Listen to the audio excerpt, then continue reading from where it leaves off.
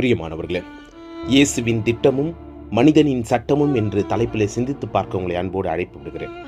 மனிதன் சட்டங்களை உருவாக்குகிறான், ஆனால் இயேசு மனிதரை உருவாக்குகிறார். மனிதன் சட்டம் பெரும்பாலும் தண்டிக்கிறது, இயேசுவின் திட்டம் மனிதனை மாற்றுகிறது.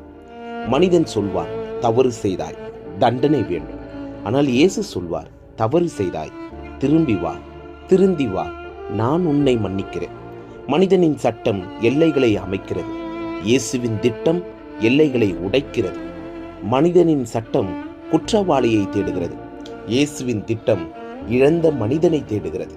அதனால்தான் சிலுவை ஒரு தண்டனை மேடையாக இல்லாமல் ஒரு ரட்சிப்பின் திட்டமாக மாறியது. மனிதன் சட்டம் மனிதனை முடிவுக்கு கொண்டு செல்லும், ஆனால் இயேசுவின் திட்டம் மனிதனை புதிய வாழ்க்கைக்கு அழைத்துச் செல்லும், புதிய வழியை உருவாக்கும். ஆகவே கேள்வி இதுதான், நாம் மனிதன் சட்டத்தின்படி வாழ்கிறோமா அல்லது இயேசுவினுடைய திட்டத்தின்படி வாழப்போகிறோமா? ஆமீன்.